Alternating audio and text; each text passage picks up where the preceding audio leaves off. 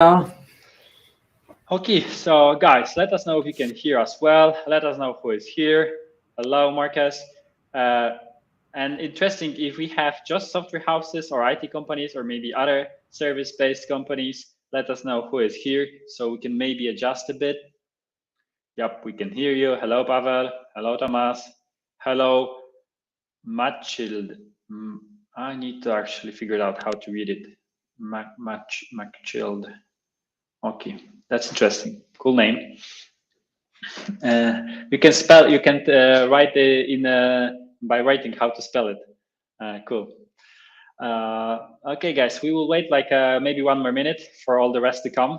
And generally, we will start with more sales at the beginning. Then we go into revenue forecasting. So I have Jakub together with me today from Man Digital as well, amazing consultant who is doing miracles for other companies. So it's perfect to have the subject matter expert who is actually day-to-day working with the projects. So Jakub, great to have you. Thanks, Frank. Okay, so we still have some few more people coming in. We see Alex, Anton, and a few others joining. Hello, Camille. Good to see you.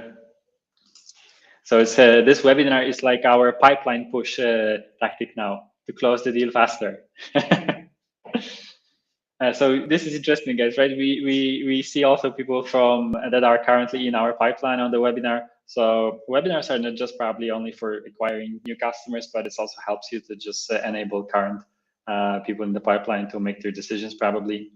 Cześć, Anton. Okay, we got 1402. So I think we should start rock and rolling. I hope today I will guys not encounter any technical issues as last time. So what we are going to speak about are two main topics: sales forecasting and revenue forecasting. We will start with sales, then we go into revenue. And in the meantime, while we actually wait for a few people, I will show you one thing. So this is cool. Read it, guys, just for like an icebreaker at the beginning.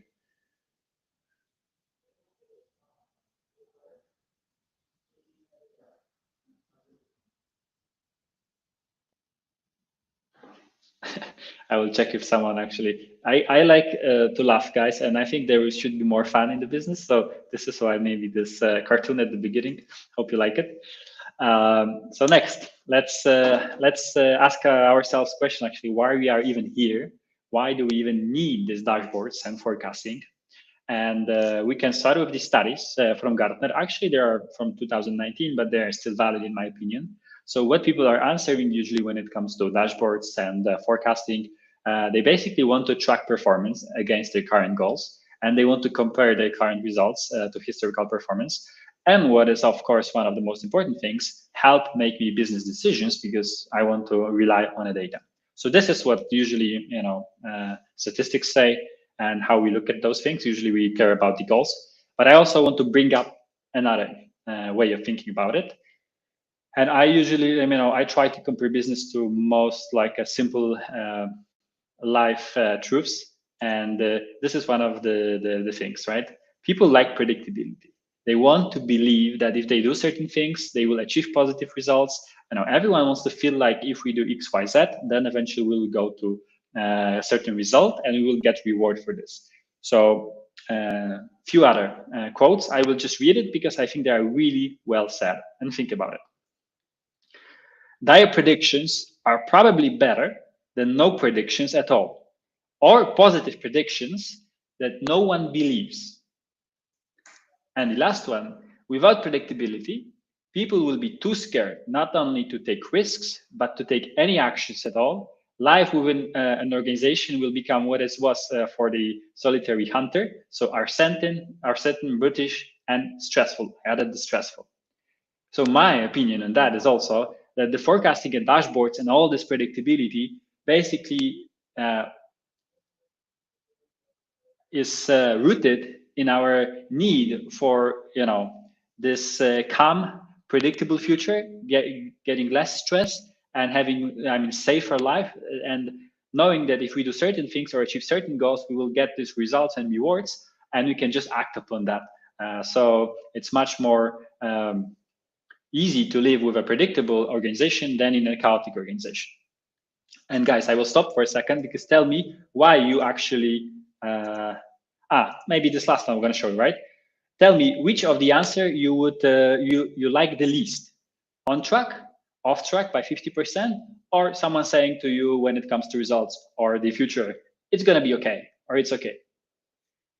So tell me which of the answers you like the least, and I'm going to check out now the answers. It's okay, the least. Okay. I imagine, probably you can continuously answer. I don't want to give some, to narrow you towards certain type of thinking, but I also don't like the it's okay answer, right? I rather know that we are off track or we are on track, maybe just a little bit, then I don't know nothing, because it gives me an ability to actually act upon that. So if I know this, that we are off track, I can actually do something about it. If I know I'm on track, I also feel good. But if I don't know anything, it's just big uncertainty and stress. So this is what we are going to talk about: how to make your life a bit less stressful and give a bit more certainty with predictable forecasting and dashboards. Okie dokie, guys. I'm going next because you don't want to interact with me. Just Alex answered. Thank you, Alex.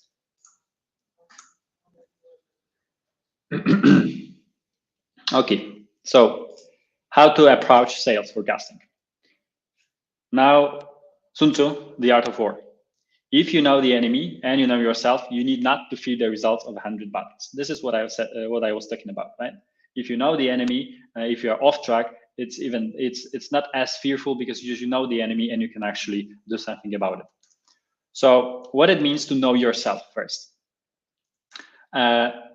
Simple as that. It's a pipeline, right? So usually forecasting come with a pipeline. So you need to have your pipeline well defined, and what it means to have a pipeline well defined with a data that lets you actually to predict. So it means pipeline stage. Every deal has to have a pipeline stage. That's simple as as simple as hell. Then probability. So you want to know the percentage potential value of the deal closure. Then you might also put the forecasting category. So from the sales perspective, do they believe that it's a commit, so client committed? You feel like it's a best case scenario that they will close, or it's high likely to be closed or not forecasted at all, because you feel like this should be an outliner, a deal that should not be taken into the forecast. Then obviously deal amount, whether it's a small, big, medium deal sizes, and really important one, close date. And this is one of the biggest issues, that sales don't have a well updated close dates, and this will destroy your forecasting by far. And then a deal type. So what we also try to do and make sure, especially in the service type of businesses, we need to know if it's an MRR business, so you have a predictable revenue for the next 12 months, or it's a fixed price, or it's a time and material, or maybe some different type of consumption. So those are like key data points for the sales forecasting. And then, I will just give you probably not something that's rocket science, but first, if you have all of these, the easiest way to forecast is by monthly weighted forecasting. So what it means is that each deal has a close date, has a value, and a percentage of the closing probability, which is multiplied by the deal amount. So this is simple as that. So what eventually you will have is by each month, more or less how much you're going to close. And here, especially if you have bad close dates, this will harm your forecasting a lot, because maybe there is a deal stage on a first stage with really high deal value. So even the percentage is really low, and the value is a lot. So, and it's close date, for example, this month, and this month finishes in 1 week. There's no chance you're going to close it, but it's still in your forecast for this month. So this is what harms you a lot.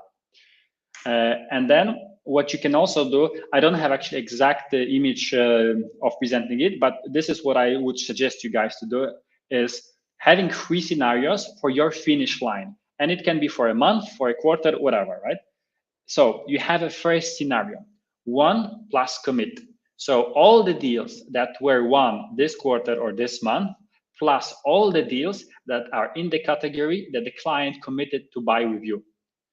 So it's a bit more subjective, but it's sometimes actually better than the stage-based percentage forecasting.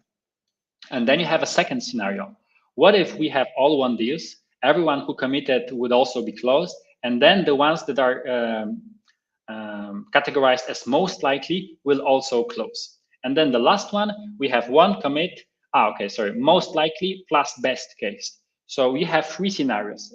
First one, we are quite confident with that you're going to finish your month or a quarter. Second one, it's the expected ones because those are also most likely to be closed within those dates. And then the last one is something you're hoping for and probably it's not going to happen. So this is how I also suggest you to do the forecasting.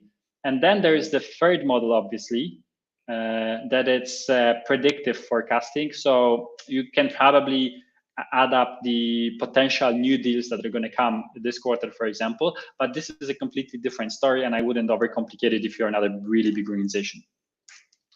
I have 2 slides. Yeah.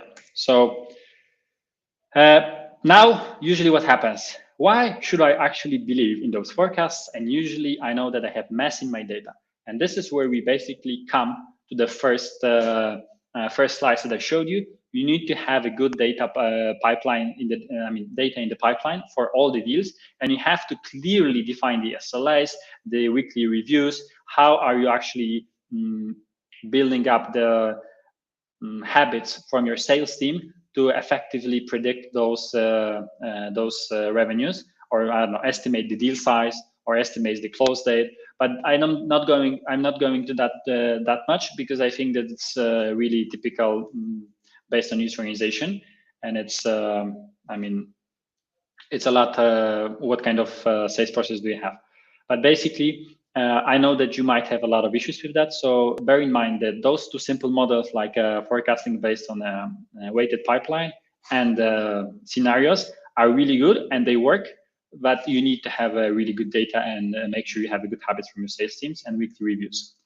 And then there are also these additional tools that you can add up on, right? There are Gong. This is actually Gong. So what they do is basically they take all of your pipeline deals and they add up their own unique analytics on top of that. So what, for example, what they will check how many interactions was done with a certain in a certain deal. How many stakeholders are involved? Is this a type of a deal that was also have a high win rates in the past from your closed deals that you previously closed? So they have much more additional data points that they take into account to assess whether this deal is going to close or maybe it's in a high chance of not closing. And what they are called revenue platforms. This is Clary. And what they actually are doing is they want to help you forecast plus detect any kind of high threatened deals or I don't know deals that you should be focusing on. So what they help you with is a more better sales velocity. And eventually also they give you better forecasts, some kind of scenarios, and it's out of the box as well. And it's connected oftentimes with HubSpot. So you basically have your HubSpot, you enter all the data in HubSpot, but then you have additional view in Clary or Gong to analyze this data. And that's it. And so we now know ourselves, right? We know our pipeline, we know our deals, and we potentially somehow can forecast. But now we need to know the enemy. And who's the enemy? The enemy are your goals, basically. So first, you need to have a clear goals when it comes to the sales. So new business. So the question is, what kind of goals do you have for your new business next year? And you can I understand that you might have much more complex businesses, different business lines, different segments, but it ends up to the same process. It just needs to be split. So we have multiple pipelines, multiple goals, but it's eventually the same story. So first of all, you need a new business goal, right? And you need to take into account seasonality, quarter by quarter, how much you want to grow. Then what you want to do is to split. So number one, split this goal into quarters based on seasonality. Then you need to know your win rates in the pipeline. And from the win rates, you probably understand the required pipeline. So if I want to win 640 this quarter, I need to have in the pipeline like 4 or 5 times as much if I have 20% win rate, right? It's simple as that. And of course, if you have a long sales cycles, you need to take into account how much it takes days to close. So if it's a really long sales cycle, you need to have this pipeline much faster in your deals. And then what? Then I can actually set up those goals, and I can check my forecasts and compares those to my monthly goals. Also simple as that. So in this case, December, I have a goal, let's say 60,000, and my forecast is 17,000. So I'm fucked in simple words. And then what's my pipeline coverage? So let's say to close 40 or 50,000 with 20% win rate, I continuously have to have around 200,000 in my pipeline. So I already know that I have not enough in my pipeline to actually reach my goals. And those Gong and Clary help you a bit to predict, and they give you insights based on your goals that actually, you are too low on the pipeline to reach your goals in the next quarter. So they help you be more act faster and find those insights. Okay, guys. So this is it. And then obviously you can also track the pipeline, right? If you can see that you are not continuously generating 200 or the different amount of pipeline that is required, you can also predict that in upcoming months you will not reach your goal because this pipeline was not generated. So it helps you a bit to forecasting sales. It's first to actually have a healthy pipeline generated. Okay, this is it from my side. So soon we will go for revenue forecasting, because sales is not the same as revenue, right? This will just tell you that sorry, I'm reading comments. This will just tell you how much sales can you do in a certain month, but it doesn't tell you actually how this revenue is going to split into months and what are you actually going to invoice. So this is what Jakub is going to tell. But let me guys know if this was insightful. I didn't want to go into super nitty details, but believe me, usually forecasting is not as complex as you believe. It's more about good process, quality data, and hygiene than some overcomplicated models. So Sayat, you had some comment. Let me read it. I follow the same forecast methodology in my organization, but we have tough time making the reps fill in the close date properly based on their interaction with the prospect. How do you think we can tackle this? Okay.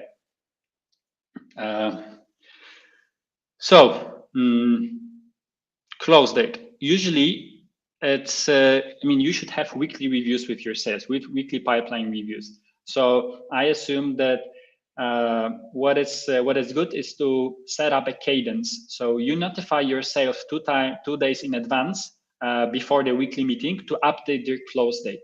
So they are reminded that they should be prepared for this meeting. And if someone didn't update it, you should notify them a day before that they didn't update it. So on a call, they actually have it well updated. And this is just a simple model that we run, right? You need to have the reminder, and people have to know that every week they need to do it, and every 2 days in advance they need to prepare it. If they are doing it wrong, then it means, the question is asking why are doing it wrong, and then if there are sales reps who are doing it right, just taking best case practices from the sales reps that are doing it right, and what are the conditions based on which they are actually assessing it. So I would say simple as that. Kornel Zubowski, how about targets on accounts instead of a sales team? So that's a different story, right? If we say about account-based marketing, then what we generally do when it comes to targeted accounts is that it's a separate process, and depending on which type of account-based marketing or sales you do. Because if you have a target for 10 biggest accounts, then we split it differently. We treat it as we have a new dashboard just for the target accounts forecasting, and there are certain milestones, specific products to be sold, and there is a project plan of how actually we're going to achieve these targets within those certain accounts. And it's basically a campaign that it's defined to reach those goals with the target account. When it comes to a general ABM marketing and assessing the revenue from the target accounts that you wanted to have, I think it's a completely different discussion, and I would need to show you different dashboards, but we also do this, and it's also nice idea to do. Only existing business, setting targets on ready customers, not new business. Targets on upsell. Okay, upsell and cross-sell. So for us, we have a different pipeline. The pipeline is called upsell, cross-sell, renewal. and they have also, and we set up the targets same as we do for sales. So we have the same process. It's just a separate dashboards and separate pipeline for existing clients.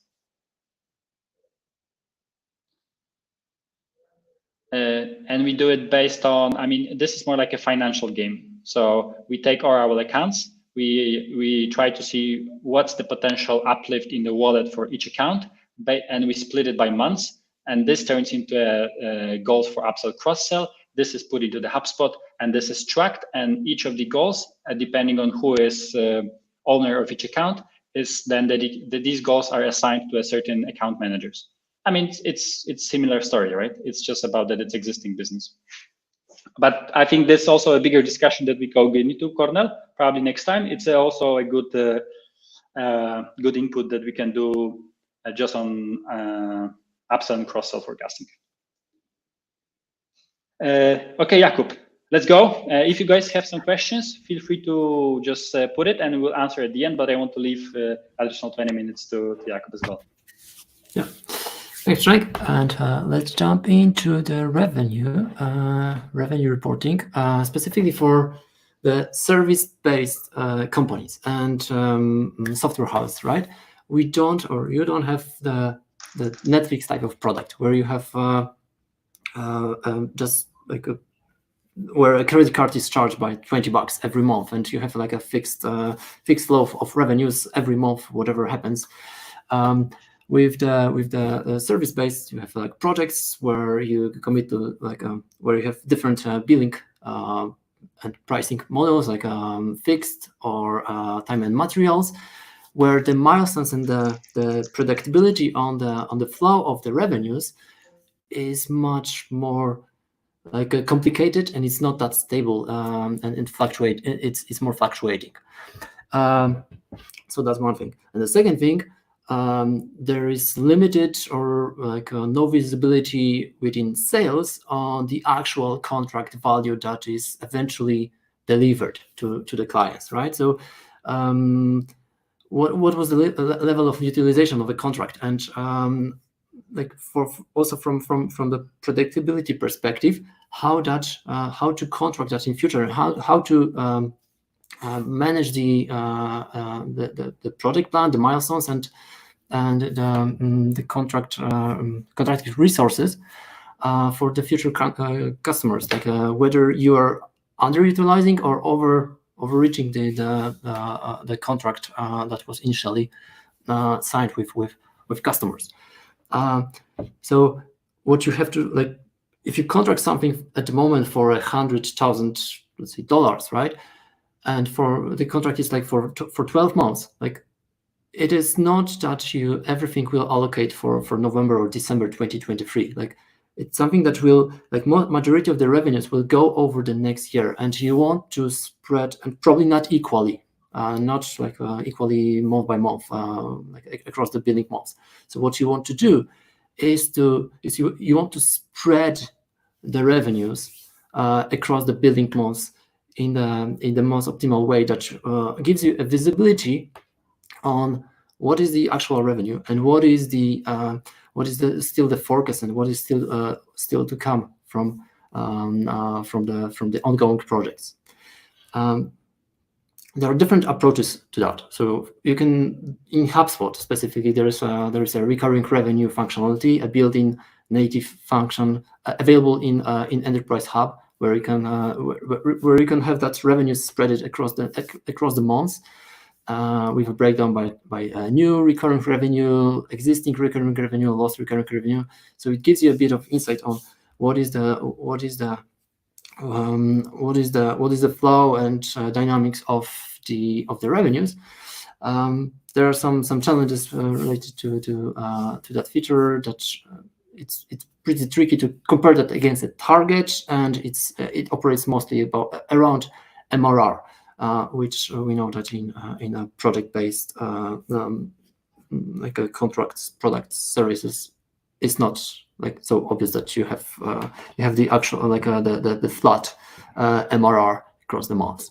At the same time, you can of course develop a more custom and tailored solution where you can see the actual revenues that was something that was delivered, something that was issued with an through an invoice, and you also have this visibility what is still coming from the pipeline and from the contracted revenue from the ongoing project. So you have a full visibility on your pipeline and on your revenue streams. Eventually, you want to see the breakdown of a revenue, like in the form of, let's see, for instance, like a waterfall, where you have a breakdown by like what is actual, what is contracted, and sitting just from the like ongoing but signed contract secured, what is in a weighted pipeline. So given the probability, given the forecast categories, of course, you can break it down even further into the forecast categories that Przemek was talking about, and also what is the gap to the total year-end revenue, and what you have to do in order to close that gap, and what kind of actions you want to take to address that gap. And in order to have that actionable items, you need to peel the onion. So my recommendation is to structure the dashboard to answer like 4 basic questions, like where are you now? Like what's the status for today? How are you pacing, and where are you going to land, given your current pipeline, to see what is the gap, and eventually what may cover that gap. So what is in an open pipeline, what is uncommitted, what is on likely to close, and what is not, what is still the gap that is not addressed at all in the pipeline, that you still have to either look for a new business, you have to open new opportunities, generate new leads, or you want to expand and grow the existing business with upsell, cross-sells, and be more successful with renewals. So where are we now? So simply as it is, like based on the actuals, not based on what was contracted, and but based on what was actually invoiced. How are you like?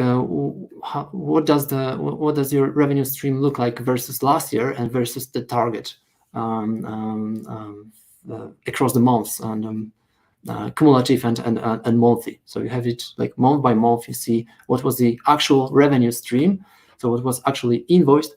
So you can see as well on the with the next charts, how are you pacing? So you can see whether you are under delivering, or you have not delivered,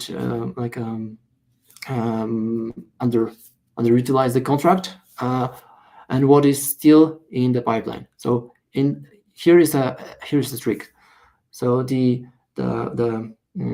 contracted part, the secured revenue or residual revenues that are in this case on with the green bars, like for October, November, December, this take into consideration the actuals, so the invoices that were already issued for the contracts that were delivered in the past. So for instance, like if you have a contract for 100,000 for 4 months, then and you have utilized like 70,000.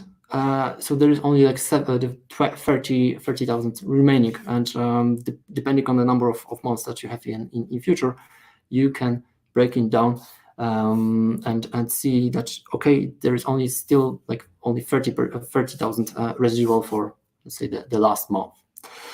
So remember about the trick. Consider the actuals and adjust the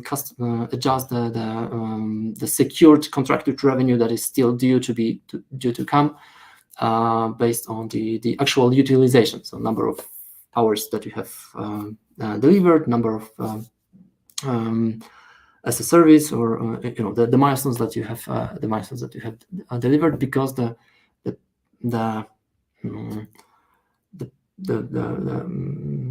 dynamics of the actuals will not be flat like in MRR type of thing. So when you have your full pipeline, you know what has been issued in invoices, what has been invoiced, and what is still sitting on contracted. You can see the gap, and to find out what is still needed to have that gap covered, and you can then break it down like deal by deal or stage by stage, forecasting category by forecasting category, to see what is like committed to sign, what is on offer submitted, solution presented, this type of stages.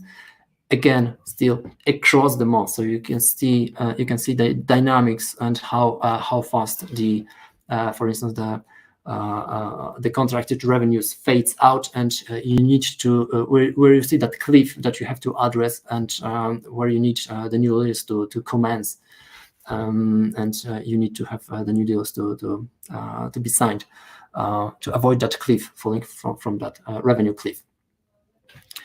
And bonus here, this is also super helpful, this approach, like with monthly revenues, where you have the projects, the deals spread it across the billing months. You also see how many deals you have or how many projects you have ongoing at the moment across the months. So you can better plan your resources and plan your staffing. So not only as you can see here with the number of the ongoing projects, but you can also add another layer here with the FTEs that are required per project. So you can see the number of people that will be engaged in the project. So it's also used very good for staffing as well as a side thing here. All right, and how to achieve that in HubSpot, or how to achieve that maybe in general, not only in HubSpot, but if you want to have it like spread it across the billing months, like export HubSpot, that does not allow for that, except for that recurring revenue reporting.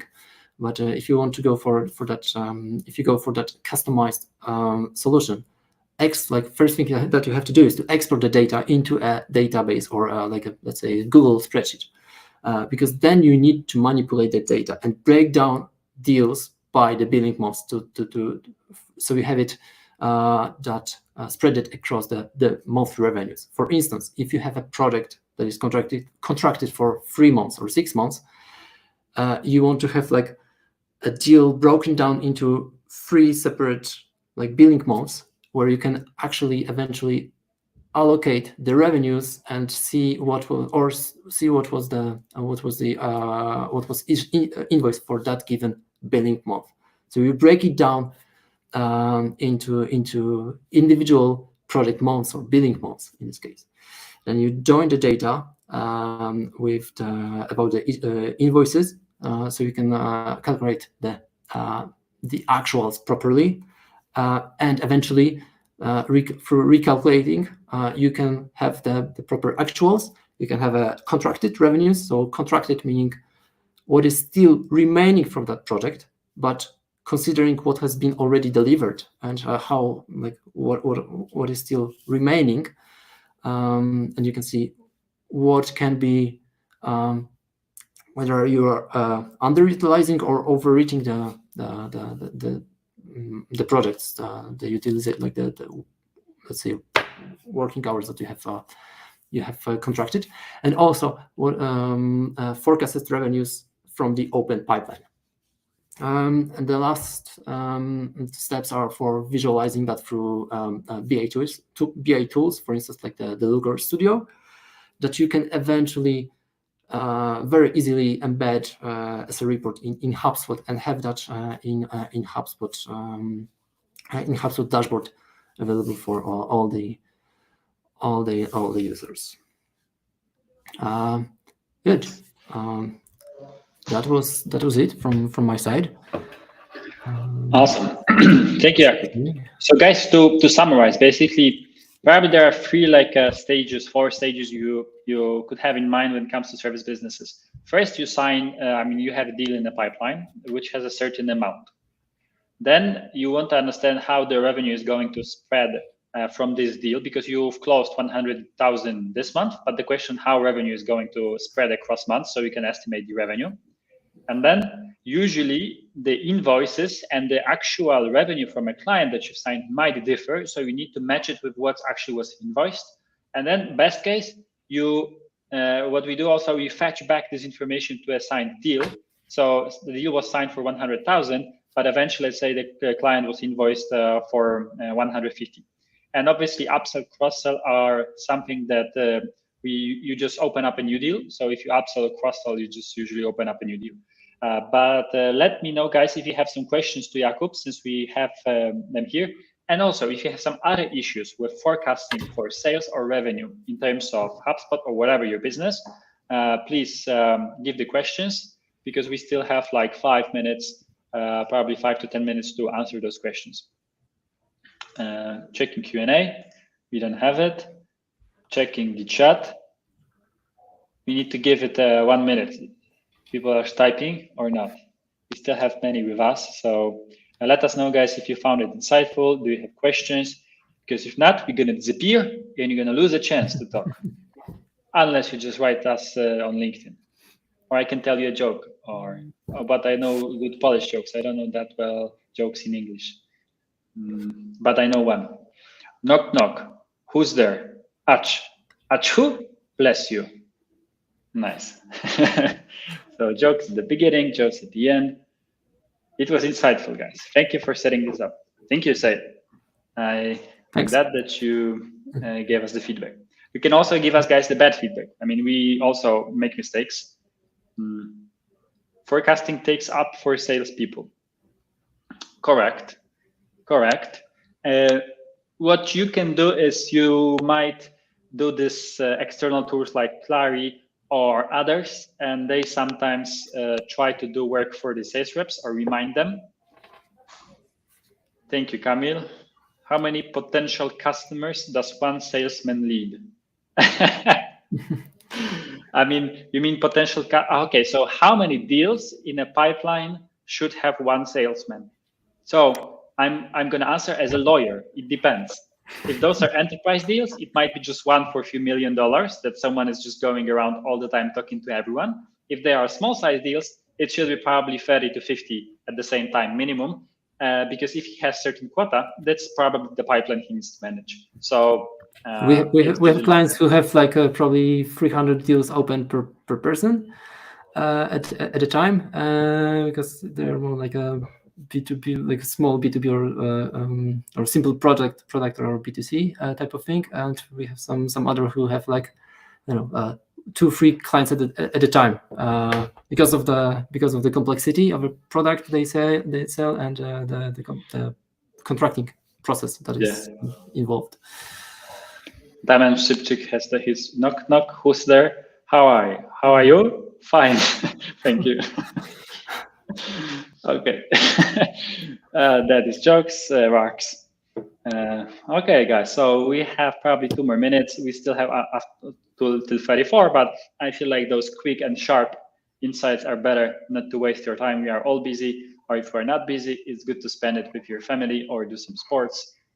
So you can, guys, thank us for saving you 2 or 7 minutes. No problem. Pleasure on our side. 300 open sales opportunities and actualizing them in CRM will take how long? In that specific case, the sales cycle is pretty short. It's like a sign or not sign. Very simple product. So like it's probably like up to a week and a half where they can close the deal. Yeah, Alex, quarterly forecasting becomes very tricky with long sales cycles, 3 to 6 months. Yes, and you know what? This also comes with due to bureaucracy. Any tips for that? So the answer is, first, if you have big monthly goals and people are chased every month to close big deals, that might be the first issue, right? Because you suddenly shift your mind to try to close this month, which is not a good idea. If sales cycles are longer, it's better probably to look at quarterly goals. And this might help you first, because you actually forecast if it's going to close this quarter or next quarter, which is much more feasible to you for your salespeople to do than this month or next month. So that's my first idea.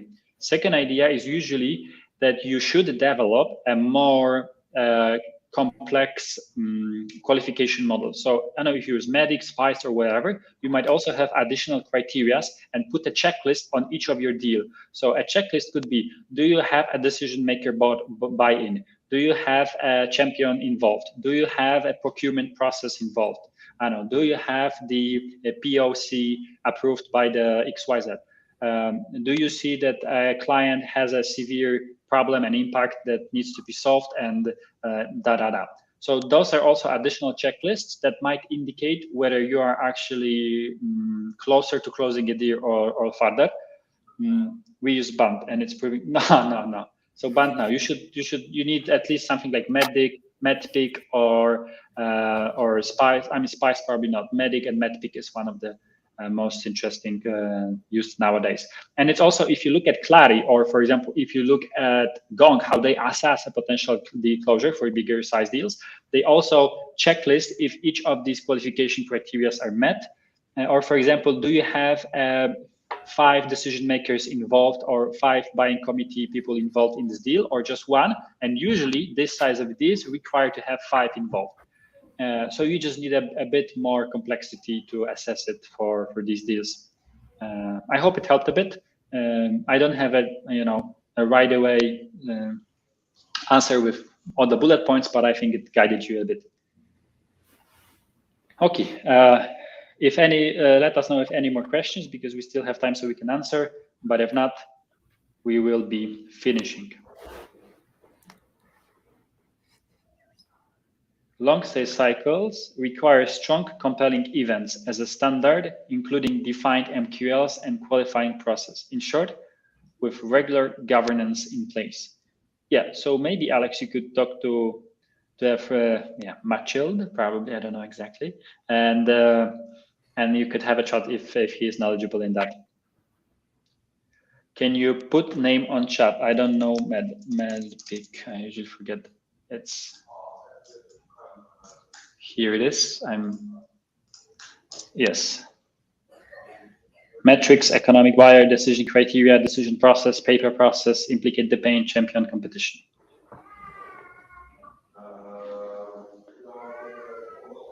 Okie dokie, guys. We got kids waking up, so we need to finish. Thank you, guys. It was a pleasure. Thank you, Jakub, for being here. We are in touch. Stay tuned. Thanks, Jake. Thanks, everyone. And see you next time.